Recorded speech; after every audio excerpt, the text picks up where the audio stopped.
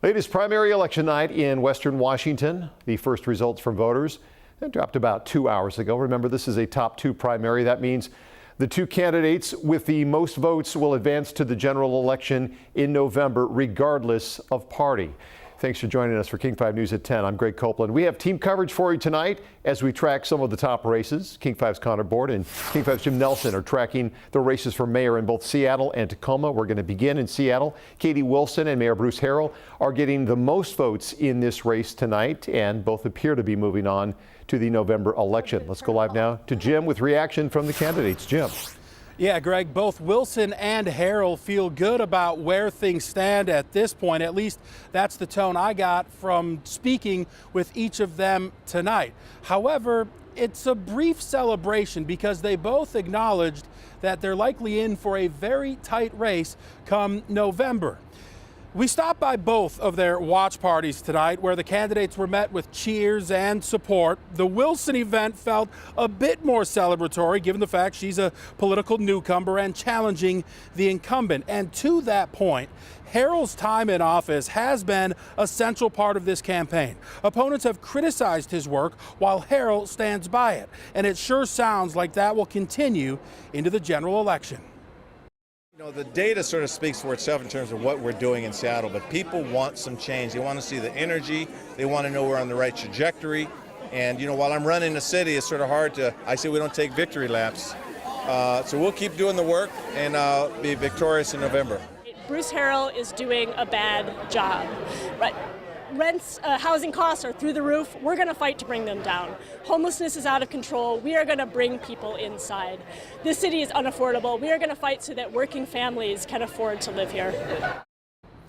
Harrell did not mention Wilson by name when he spoke to supporters tonight, but he did acknowledge he's likely in for a fight. Live in Seattle, Jim Nelson, King 5 News. 4 candidates are running in the Seattle City Council District 2 race. That's an open seat after Tammy Morales resigned, citing family and health reasons. Right now, Eddie Lynn and Adonis Ducksworth are leading there. District 2 covers the city's southeast side. There are 2 at-large Seattle City Council positions on the ballot. Let's look at District 8 first. Incumbent Alexis Mercedes Rink is way out in front here with 76% of the vote, followed by Rachel Savage. The other citywide seat is District 9. Sarah Nelson, the council president, is seeking re-election. She is one of the top 2 vote getters right now, along with Dion Foster. Turning to the race for King County Executive, Gurmai Zahalai, the chair of the King County Council, is leading that one with 41%. King County Council member Claudia Balducci in second place with 30% of the vote. Now to the race for Tacoma's mayor. Anders Ibsen is leading there, followed by John Hines. Tacoma Bureau Chief Connor Board spoke with both of the leading candidates, got their reaction. She joins us live now with the latest on that. Hi, Connor. Well, the 2 candidates leading right now are the 2 people who raised the most money in this race for Tacoma mayor. I went to both of their watch parties tonight. Ibsen says he is profoundly grateful. Hines said he's happy to be in second place and expects more votes to come in the next few days. Now, Ibsen served on city council for 8 years and served as deputy mayor for part of that time. He now works in real estate. Hines is currently a city council member and works for Tacoma Public Schools. He also served as deputy mayor. Ibsen said his top priorities would be safety, homelessness, and economic development. He said the budget is the biggest challenge currently facing the city. Hines said his top priorities would be safety, adding more housing, and making downtown more active and vibrant. He said homelessness and public safety are the 2 biggest challenges facing Tacoma.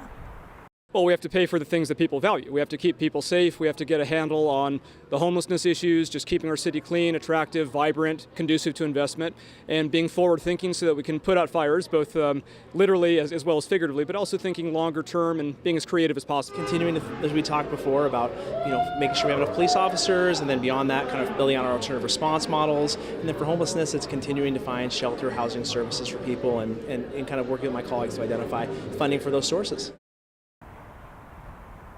As of right now, Ibsen has around 36% of the vote, while Hines has around 20%. The person who is closest in third place is Steve Haverly with around 15%. And we'll keep an eye on this race in the coming days as more ballots are counted. In Tacoma, Connor Board, King 5 News. Well, some seats are also up for grabs on the Tacoma City Council. There are 3 candidates running for District 4. Sende Sadalge leads with 39% of the vote, followed by Salong Chun with 34%. Sadalge was appointed to the seat last year, replacing Catherine Ushka, who died after a battle with cancer. There are also 3 candidates in the District 5 race. Incumbent Joe Bushnell has 56% of the vote right now. Zev Cook with 29%. There's a crowded field of 6 candidates for the District 6 race. That's a citywide position. There is also no incumbent running there. Latasha Palmer has just over 26% of the current vote. Jessica Johnston has about 21% of the vote.